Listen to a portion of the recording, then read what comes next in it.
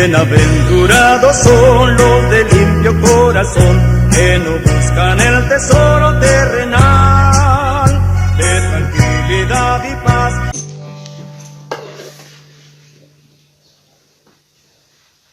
Amén. Vamos a meditar en la palabra de Dios. Hemos leído hace un momento la primera epístola del apóstol Pablo a los tesalonicenses. Vamos ahora a leer dos versículos, el verso 2 y 3. Amén. Amén. Primera de Tesalonicenses, capítulo 1, versos 2 y 3. Amén. Voy a dar lectura a la palabra de Dios. En el nombre del Padre, del Hijo y del Espíritu Santo. Dice así: damos siempre gracias a Dios por todos vosotros, haciendo memoria de vosotros en nuestras oraciones, acordándonos sin cesar delante del Dios y Padre nuestro, de la obra de vuestra fe, del trabajo de vuestro amor y de vuestra constancia en la esperanza en nuestro Señor Jesucristo. Amén. Amén. Padre, te adoramos y te damos muchas gracias por tu palabra. Señor, hoy disponemos nuestra mente, nuestro corazón, queremos ser instruidos por ti. Háblanos, Señor, en esta mañana. No sea hombre hablando, sino tu bendito Salvador. Gracias por esta oportunidad que nos das de congregarnos en todos nuestros hogares y de poder meditar tu palabra santa. En el nombre de nuestro Señor Jesucristo. Amén. Amén. Amén. Estamos iniciando en la Iglesia Rosa de Sarón un proceso en donde el día de ayer hubo una ratificación de líderes, de los que dirigen las diferentes ramas de la iglesia, y algunos se han adicionado incluso. Nos hemos dado cuenta de que está creciendo ese deseo de trabajar en la obra del Señor. Y este mensaje, que lleva por título Los 3 pasos de una iglesia ejemplo, tiene que ver con ello, ¿ya? El apóstol Pablo le escribe a la iglesia de Tesalónica, que era un pueblo, una ciudad, un lugar que se había convertido en una colonia del Imperio Romano. A diferencia de otros gobiernos, de otras ciudades que conquistaron, esclavizaron a los lugares a donde fueron a hacer la conquista. Pero Roma, a diferencia de ellos, tuvo una estrategia diferente. Y su estrategia fue de crear colonias. Eso quiere decir de que llevaba todo su pensamiento, sus costumbres a estos lugares. Y Tesalónica fue uno de ellos. Quiere decir de que Tesalónica traía esa cultura del paganismo, de la idolatría, y estaba bastante arraigada. En ese sentido, estar en Tesalónica era como estar en el mismo Roma. O sea, lo último que aparecía de moda en Roma también aparecía en Tesalónica y en otras colonias que tenía Roma.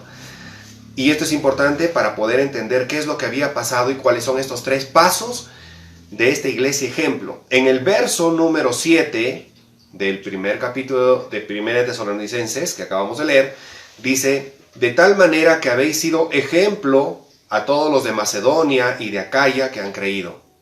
La iglesia de Tesalónica era una iglesia ejemplo.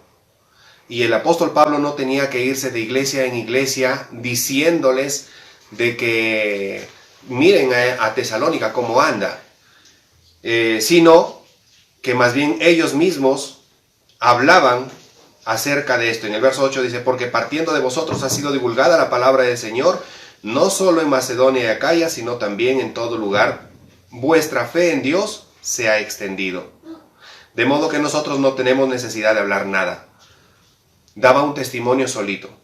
Y a la verdad, hoy en día también algunas congregaciones dan testimonio por sí solas de cómo están llevando el evangelio del Señor, y algunas personas en particular también, algunos cristianos, los miramos como un ejemplo y decimos: mira, mira la fe de este hermano, mira cómo trabaja en el Señor.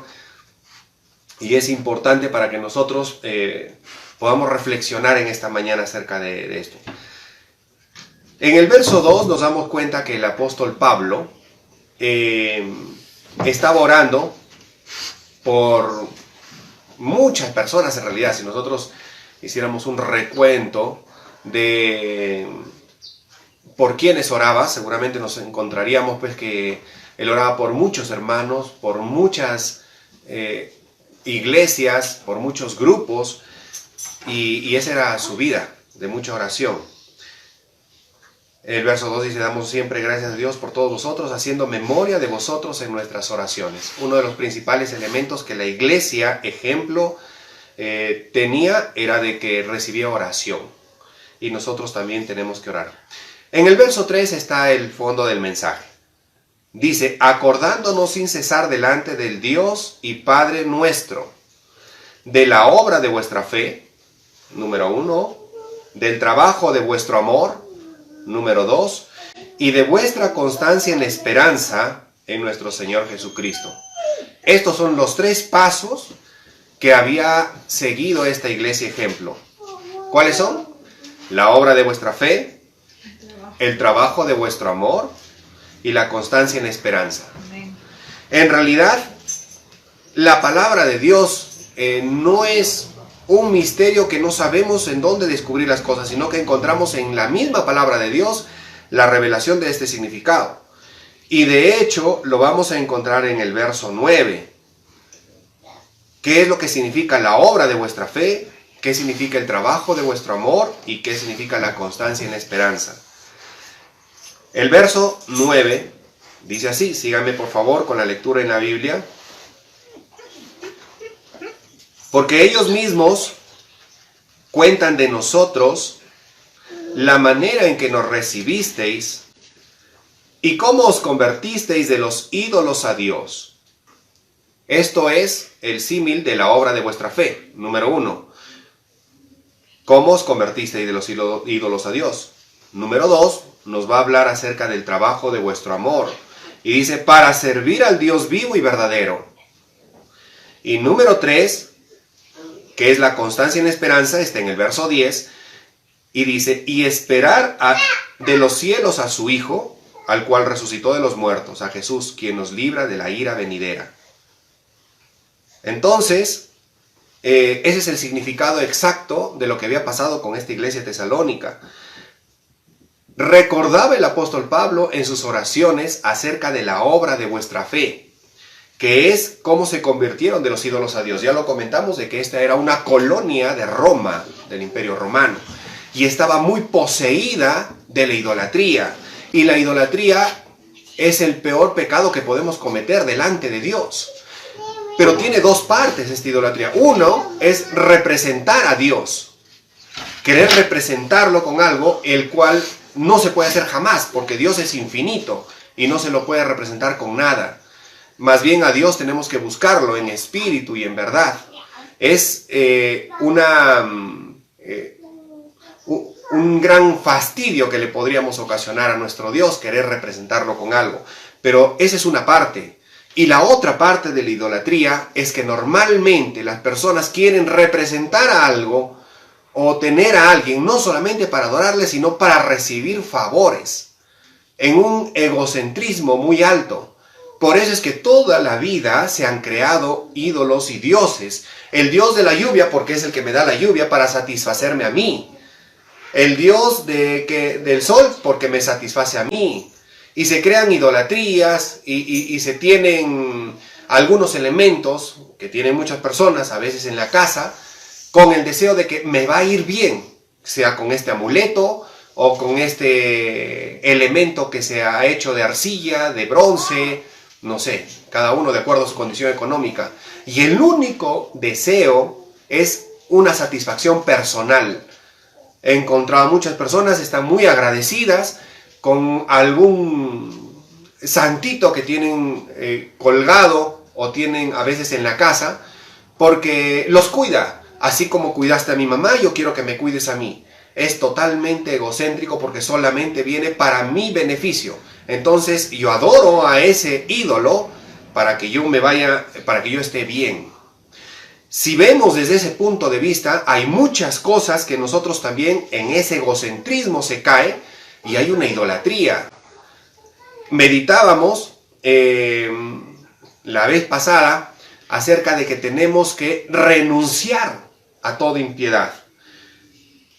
Este pueblo de Tesalónica había renunciado a los ídolos. No es de que el apóstol Pablo se había ido y les había dicho en alguna oportunidad, miren, esto de adoración a los ídolos no es tan bueno. Sería mejor que ustedes cambien y adoren pues a este Dios que les vengo a presentar o algo así. No fue de esa manera. El apóstol Pablo llegó a Tesalónica y les presentó a nuestro Señor Jesucristo. Él, resucitado, vivo de entre los muertos. Y este pueblo de Tesalónica, cuando escuchó el mensaje del apóstol Pablo que hablaba de nuestro Señor Jesús, entonces se arrepintió de haber seguido tanto tiempo a los ídolos para su propia vanidad. En ese arrepentimiento se vuelven a Dios. Les dolió no tanto el haber dejado a los ídolos. Les dolió el haber pasado tanto tiempo desestimando al Dios verdadero. Les dolió mucho. Esa fue la obra de su fe. Cómo se convirtieron de los ídolos a Dios. El convertirse, que nosotros hablamos siempre en el cristianismo, yo soy convertido a Cristo, incluye 3 cosas importantes. Número 1, el creer. Cuando me predicaron la palabra de Dios, entonces primero creí. Creí que ese Dios realmente es verdadero. Número 2, arrepentimiento. Me arrepentí y dije, me arrepiento de no haber estado contigo tanto tiempo, Señor. Viene un arrepentimiento. Y arrepentimiento de mis pecados, porque tantas cosas que yo no conocía y que viví en ello. Y número 3, viene el apartarse de aquellas cosas. Entonces, eso es lo que pasó con el pueblo de Tesalónica. Y se logró instituir la iglesia de Tesalónica.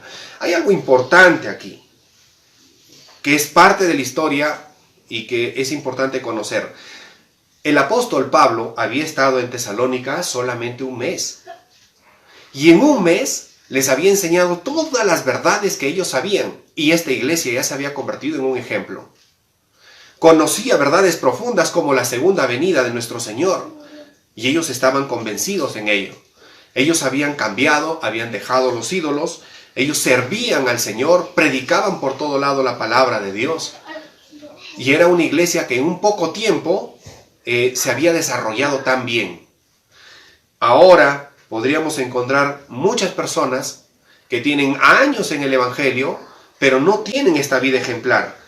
Y parte por este primer paso, porque no se han apartado de algunas cosas. Es primero lo que tengo que hacer. Primero tengo que cocinar, primero tengo que arreglar mis cosas, o arreglar la casa, o hacer una cosa y otra cosa. Y no me aparto de eso. Y al no apartarme de esas cosas, lo pongo a Dios en segundo lugar. Ese es mi ídolo, que no me deja tener esa comunión con el Señor. Ahora, justo en una forma muy tajante, le decía a Daniela, mi hijita, de que no vaya a llegar tarde, que deje todo lo que tiene que hacer.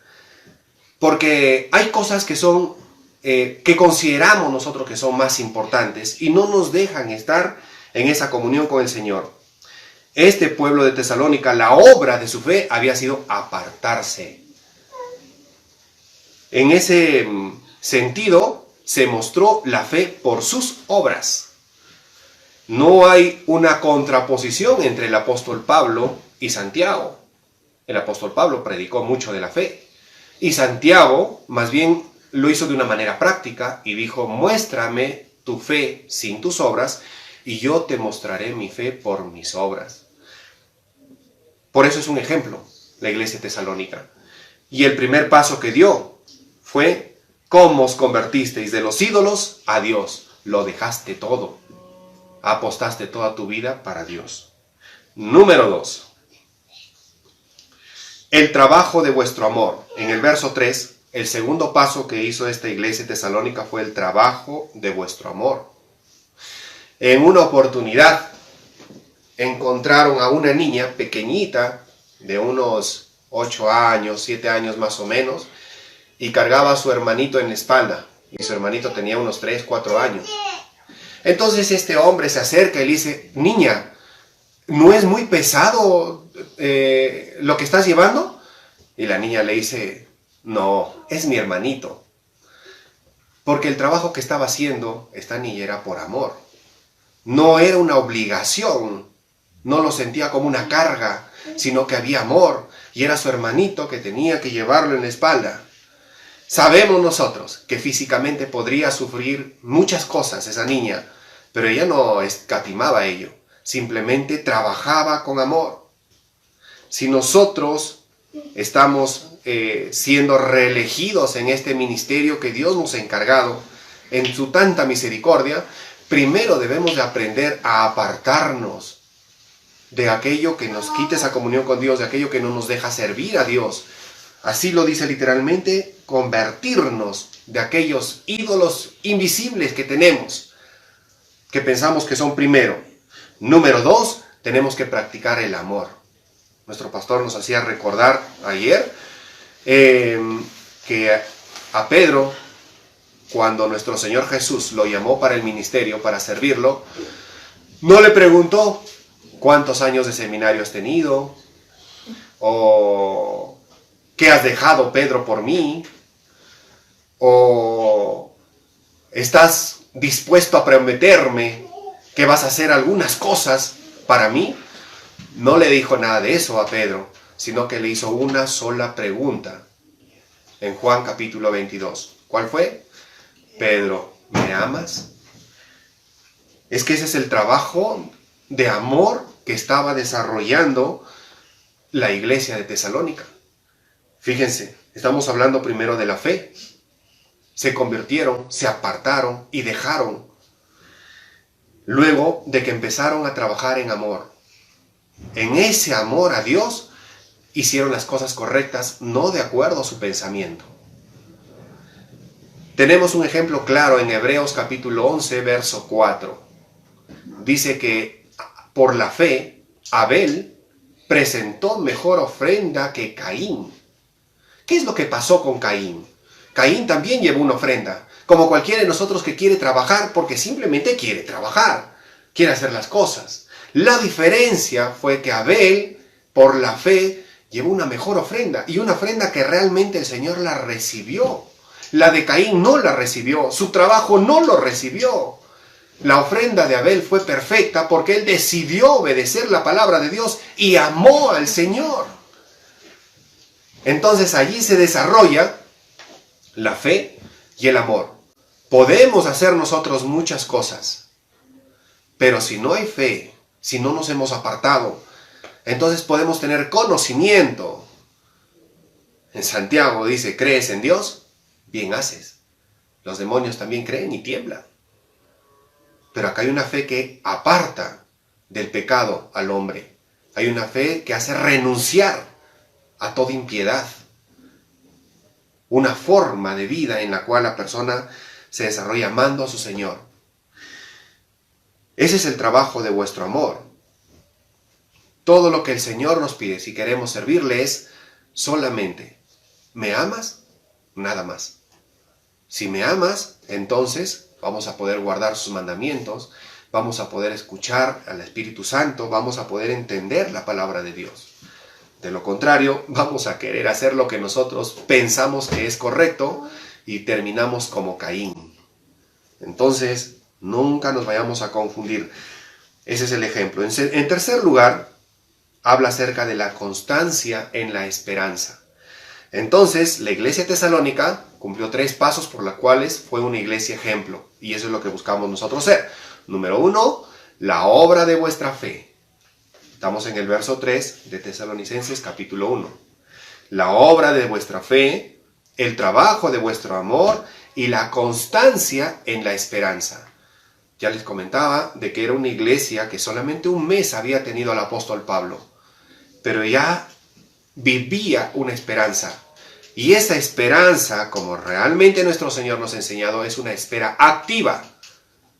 No estaba esperando, como alguna vez me acuerdo uno de los mensajes de mi esposa, que decía que algunos tienen esperanza en que el Señor viene, pero están en la terraza esperando que llegue alguna vez cruzado de brazos o echados, o esperando por la ventana que el Señor aparezca. No es así ese tipo de esperanza, sino que es activa.